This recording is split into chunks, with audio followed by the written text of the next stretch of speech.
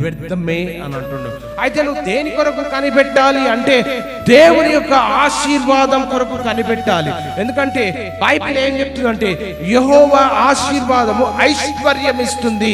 నీకు కావాల్సింది డబ్బు కాదు, నీకు కావాల్సింది ఆస్తులు కాదు, నీకు కావాల్సింది ఏంటంటే దేవుని యొక్క ఆశీర్వాదం.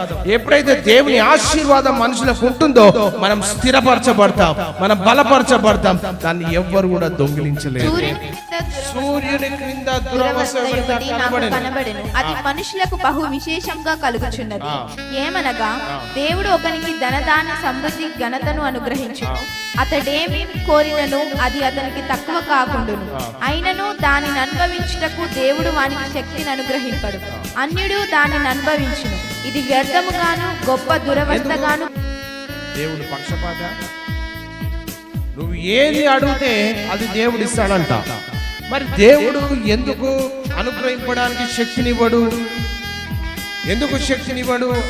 అంటే అన్యుడు దాన్ని అనుభవించు, ఇది వ్యర్థముగాను గొప్ప దురవస్థగాను కనబడుతుంది. అంటే ఈ వాక్యంలో నుండి ఒక హెచ్చరిక కనబడుతుంది మనకు.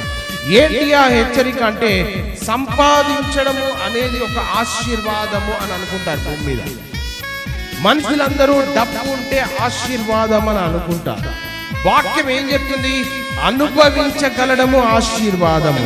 దేవునికి ప్రాధాన్యత ఇవ్వకుండా మన జీవితంలో ఎంత సంపాదించినో అది అనుభవించలేము అని వాక్యం సెలవిస్తాం.